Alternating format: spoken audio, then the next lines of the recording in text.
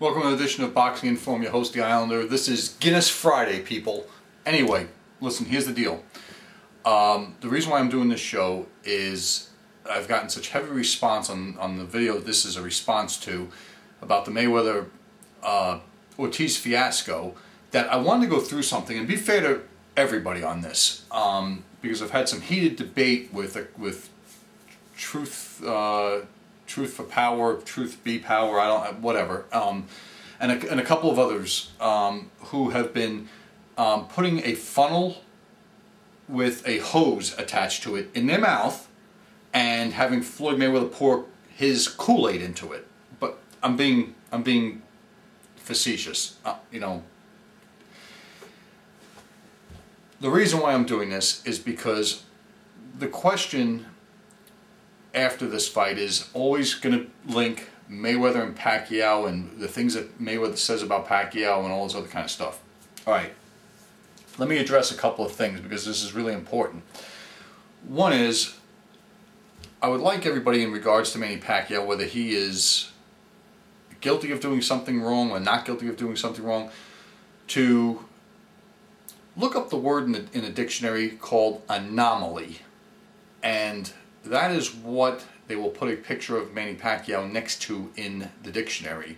And one of the comparisons I drew with this ability to go across multiple weight categories as well as knock guys out from top to bottom in those weight categories was Sam Langford, who a lot of you don't know who that is, but he is arguably one of the top 10 pound-for-pound fighters of all time and almost unanimously agreed upon the best fighter to have never won a world title. Alright, all that aside, I came across an article, and because we can't put URLs on YouTube in the body of the comments or on the channel, I'm going to direct you to it. This, wherever it may be, wherever my software may put it, whether it's up here or down here, this URL, look it up on the web. It's on ESPN's website, and what this was is a story about the whole Marvin Hagler, Sugar Ray Leonard fight and how the negotiations went and fell through, how it took years to make this fight, and it's told through excerpts from a book and from interviews from multiple people. And the reason why I bring this up is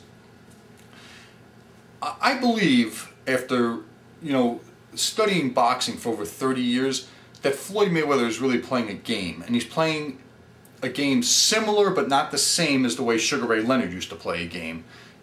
You see, because Sugar Ray Leonard was what Oscar De La Hoya became and what Floyd Mayweather will never be, and that is a media darling who almost always gets what they want, so to speak.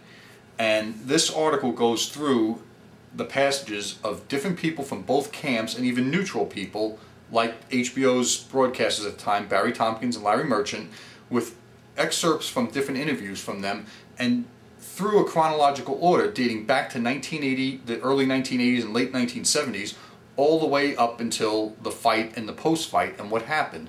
And the reason this is important is there was a lot of negotiating going on behind the scenes, and a lot of, basically, Marvin Hagler is the distinguished champion. KO magazine used to run these unofficial awards at the end of the year. One of them would be the Tony Zale Body Punching Award, which Bernard Hopkins would go on to win it. Eusebio Pedroza would win it. It wasn't like they were handed out on stage. It was just listed at the end of the year in the back of KO magazine. And one of them was called the Gene Tunney Distinguished Champion Award. And for a couple of years, Marvelous Marvin Hagler was the one who got that. So he's the distinguished champion. I'm not going to say Pacquiao is the distinguished champion, but he's more a cross between the two as far as the way media attention is concerned. He's thought of, to me, to be the constant, whereas Mayweather, not like Leonard, but along those same lines with the Olympic pedigree and the flashy skills and this and that, and his mouth, for one thing, which differs from Leonard, is the antithesis of the other guy. But neither here nor there. The thing is that Hagler's career was winding down because of age, and because he'd made 12 title defenses and he had come up the hard way, he had 60-something pro fights. Well, if you look at the difference here, you know, Leonard had 30-something at the time, and he'd fought once in the past 5 years when this fight happened. But the thing is that Hagler's legacy was always going to feel empty without Leonard. And the same for Leonard, but not as greatly. And the great thing about this article, I'm going to leave this URL across the screen, you have to read it and be patient because it's 2 long pages is what it is. Read it start to finish. Don't start it and don't stop it. But anyway, getting back to what I'm saying, the situation is this. There are similarities between the Leonard Hagler thing and Pacquiao and Mayweather, because Leonard and his people made all sorts of demands that Marvin Hagler didn't even think twice about. He just caved into them just to be in order to get this fight. And the best thing about this article is that it tells that a guy who is waiting so long for something will basically give up things that are going to have an outcome on the fight. The way this parallels again to Pacquiao and Mayweather is that Top Rank and Pacquiao are probably never going to give in to Mayweather's demands, and it's probably a reason why this fight is not going to happen, because once they give in to one demand, another one is going to be asked of them, and this is going to go on in sequence over and over and over again. The Olympic style drug testing, which really isn't Olympic style at all, because that Olympic style, from what I've been told and read, is that they can go test an athlete anytime, whether they're in training or not. And Mayweather's version of this, his watered down version of this, is only from the start of training to fight time, and post fight time is the testing going to happen. So Pacquiao has agreed in theory previously to this. The money's been agreed to. You know, you hear Mayweather talk, and now it's Bob Arum's.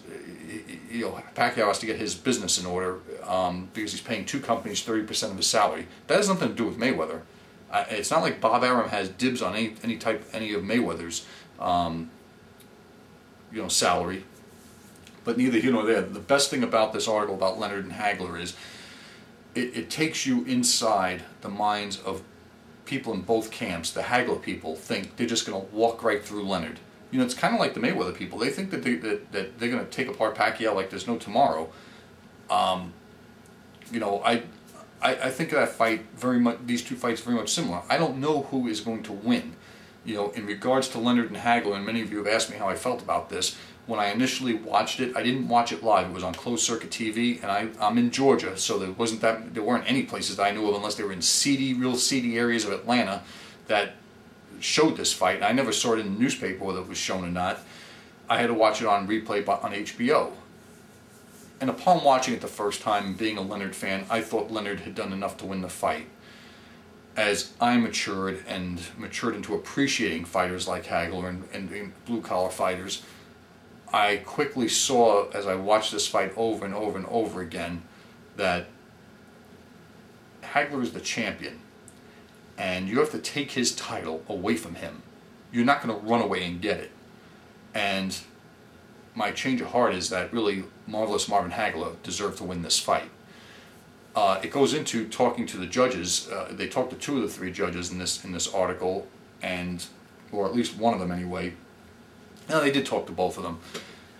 And the irony of this is that there's back play in this, in which there are a couple of judges. There's more than 3 judges that are put up before a fight, and the Hagler camp dismissed Harry Gibbs of England because the Petronelli brothers, who, and I did not know this until this article, the Petronelli brothers, who were managing and training Marvelous Marvin Hagler, figured that, I think it was his manager, Pat Petronelli, who did this, figured that because Hagler went to England and beat the living crap out of Alan Minter to win the title, that there'd be some bad feelings or repercussions, and they wouldn't get a fair shake from Harry Gibbs. They pulled him off the panel and they put Jojo Guerrera on it. And the ironic thing is that Jojo Guerrera, who cannot explain this, and nobody can explain, scored the fight 118 to 110 for Leonard. There is no way on God's green earth, even if your view was blocked, that you could come up with a fight being scored 10 rounds to 2 for Leonard. There's no way. So basically the fault is on the Hagler people for basically having that judge in there. somebody from this article called Harry Gibbs after the fight, and they said, listen, did you watch the fight and this and that, and how did you score it? And he goes, oh yes, absolutely I did. And folks, I want to ask you a question. How do you think Harry Gibbs had the fight scored? When you read this article, you'll find out. Take a wild guess. That was one decision that changed the course of boxing history, in a sense. Be careful of the decisions you make is my best advice after reading this article. It is incredible. The other thing is, there were 3 concessions made by the Hagler people just to get this fight. And Leonard made a financial concession. The size of the ring had to be at least 20 feet.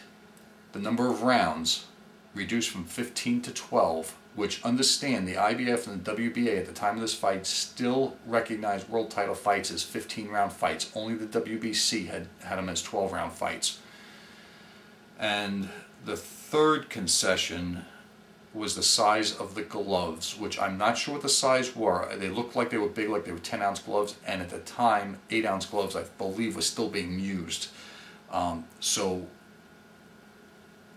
the split of the closed circuit revenue at the time was Hagler got every bit of the closed circuit revenue with the exception of the state of Maryland and the Washington, D.C. area, which is where Leonard was from.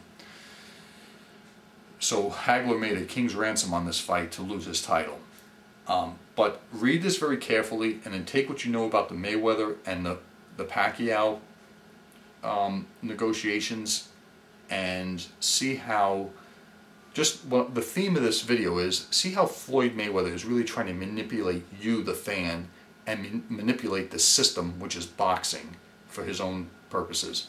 That's going to be it for this special show. I'll be back.